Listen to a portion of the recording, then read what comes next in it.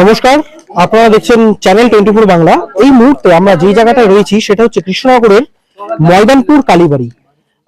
তার সামনে আমরা রয়েছি। আমরা এখানে কথা বলবো, এখানকার যিনি সেবায়িত আছেন তার সাথে কথা বলবো এবং শুনে নেবো যে এই মন্দির সম্পর্কে যে ইতিহাস রয়েছে সেই ব্যাপারে।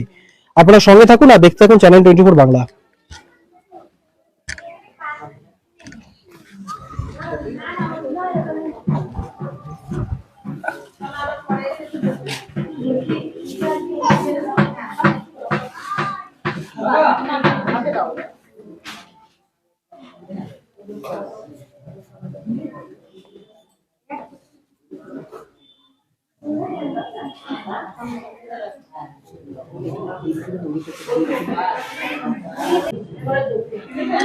আপনারা দেখতে পাচ্ছেন পুরো মন্দিরটা।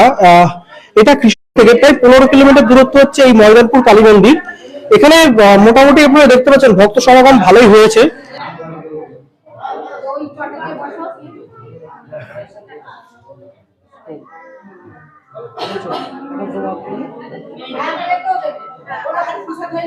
আমার দাদা শ্বশুরের বাবার আমলের জিনিস এই ঠাকুর। তা তিনি ছিলেন একজন গিন্নি, এই বাড়ির গিন্নি। তার নাম ছিল লক্ষ্মী। ঠাকুর পেয়েছিলেন তিনি। এই মনসাতলায় ঠাকুর ছিল। এই মনসাতলায় ঠাকুর ছিল। স্বপ্নে আদেশ দেয় যে আমাকে তুলে পুজো করো। ছিল পাথরের মূর্তি। সেই মূর্তি তোলা হয়, তুলে তারপরে এক কুমোরকে আদেশ করে মা যে তুমি গিয়ে এই মূর্তির অনুকরণে মাটির মূর্তি তৈরি করে দাও। আর ওই মূর্তি বিসর্জন দেওয়ার কথা ছিল। সেই পাথরের মূর্তির অনুকরণে মাটির মূর্তি তৈরি করে, যে 3টে মূর্তি আছে মাটির মূর্তি তৈরি করে এই পাথরের মূর্তিগুলো বিসর্জন দেওয়া হয়, বুঝলে? সেই থেকে আছে এই পর্যন্ত। তাই কপুরুষ হলে হিসেব করো। আচ্ছা, আপনাদের এখানে এই যে একটা অষ্টপ্রহর বলে যেটা ওই যে লেখা রয়েছে অষ্টপ্রহর এখানে 3 দিন হবে ভোগরাগ মহোৎসব। এটা এখানে মায়ের এখানে একটা অষ্টপ্রহর হয়, ভোগরাগ মহোৎসব হয়। মায়ের অনুষ্ঠান একটা হয়, ভোগরাগ মহোৎসব। সেটা 3 দিন ধরে হয়, লেখাই আছে ওখানে। ওই সময় কি মায়ের স্থাপনা হয়েছিল ওই সময়তেই? যেটা না, পঞ্চম দোল বলে যে পঞ্চম দোল উপলক্ষে মায়ের এখানে ভোগরাগ মহোৎসব হয়। আচ্ছা, ওই সময় কি প্রচুর ভক্তদের সমাগম? হ্যাঁ, নিশ্চয়ই। 3 দিন ধরে সমানে। মানে ওই সময় আমি দেখলাম কিছু ভোগের ব্যবস্থা আছে, নাম কীর্তনের ব্যবস্থা আছে। এই পুরোটা কি মন্দির কমিটির পক্ষ থেকেই করা হয়? হ্যাঁ, আমরাই করে থাকি। আচ্ছা, আর এই ভোগ যেটা করা হয় সেটা কি সমস্ত ভক্তদের জন্য সম্পূর্ণ? হ্যাঁ, গোটা 3 দিন ধরে মহোৎসব চলে। খিচুড়ি প্রসাদ বা ভাত সবকিছুই হয়, অন্ন প্রসাদও হয়। 3 দিন ধরে সমানে চলে। কমিটি নয় তো, আমাদের। এটা আমাদের আমার শ্বশুর ছিল দিয়ে আসেনি, আমার স্বামী ছিল দিয়ে আসেনি, আমার ছেলে ছিল দিয়ে আসেনি। ছেলে বর্তমানে মাস 3-4 হলে ছেলে নেই, তার মেয়েরা পুজো করছে। এই আমার ছোট ছেলেও আছে। এই পর্যন্ত।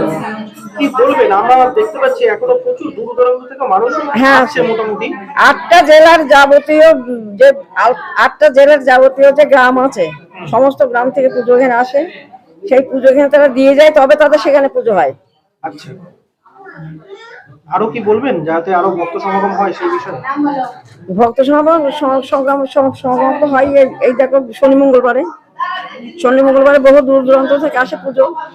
অনেক রকম অনেক কিছুই আছে এখানে। মায়ের বাচ্চাদের চুল নাবানো হয়, বাচ্চাদের মুখে প্রসাদ দেওয়া হয়। তারা মানসও করে।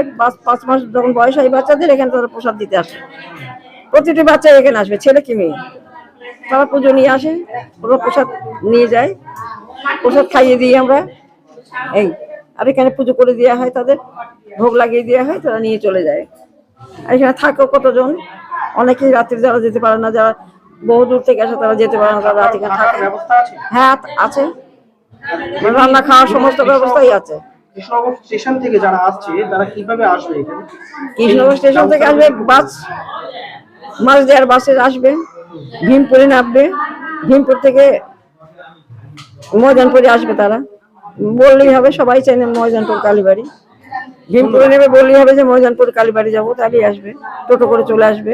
তো বা হেঁটে আসুক, যে যেমন ভাবে এমনি প্রাইভেট করে আসুক, আসবে। অনেক গাড়ি, এই দেখো সব গাড়ি সব এসছে।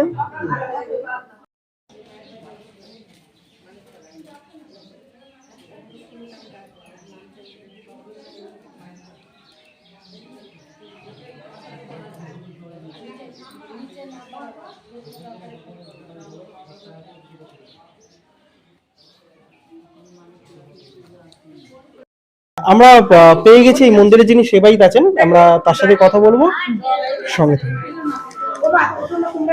প্রথমেই তোমায় চ্যানেল 24 বাংলায় ওয়েলকাম। কি বলবেন এই মন্দিরের বিষয়ে? মন্দিরের বিষয়ে কি বলবো, এই মন্দিরটা তাও আমার বাবাকে মানে আমার বোনকে নিয়ে আজকে 8 পুরুষ হচ্ছে। আচ্ছা। আর মানে এখন আমার বোনই সেবায়েত, মানে ও নেই, তাই এখন আমি এগুলো সব দেখরেখ করছি। তো বাড়ি আসবে, তা আর কি জানতে চান? এই মন্দিরটা কত বছর আগে তৈরি হয়েছিল? তৈরি হয়েছিল তাও 600 বছর হয়ে যাচ্ছে। 600 বছর হয়ে যাচ্ছে।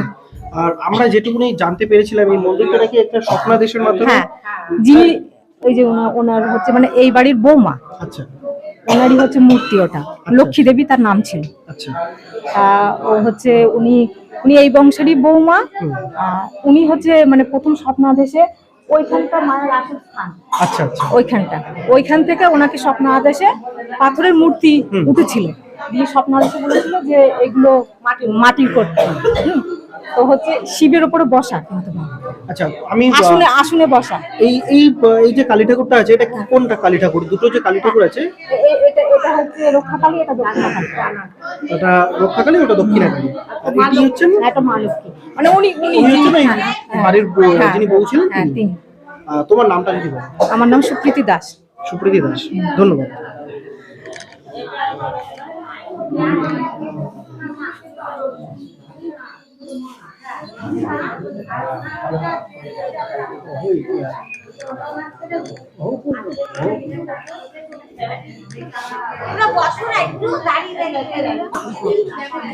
আমরা কথা বলে নিয়েছিলাম এই মন্দিরের যিনি সেবায়িত আছেন তার সাথে, এবং আপনারাও শুনে দিলেন এই মন্দিরের ইতিহাস সম্পর্কে, কিভাবে মন্দিরটা তৈরি হয়েছিল, এই স্থাপনা।